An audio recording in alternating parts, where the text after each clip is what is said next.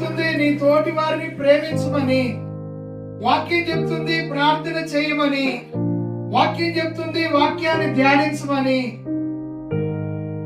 నేను నచ్చినప్పుడు ధ్యానిస్తా, నాకు నచ్చినప్పుడు నేను చేస్తా, నాకు ఇష్టమైనప్పుడు నేను చేస్తా అంటే అర్థం ఏంటండి? వాక్యాన్ని తెలుసుకున్నావు, హైదరాబాద్ బయలుదేరుతున్నావు కానీ అక్కడక్కడే తిరుగుతున్నావు. నువ్వు వెళతావన్న ఆశ నీలో ఉంది కానీ నువ్వు వెళ్లే రూట్ మాత్రం కరెక్ట్ గా లేదు. నీ చుట్టూ నువ్వు తిరుగుతున్నావు.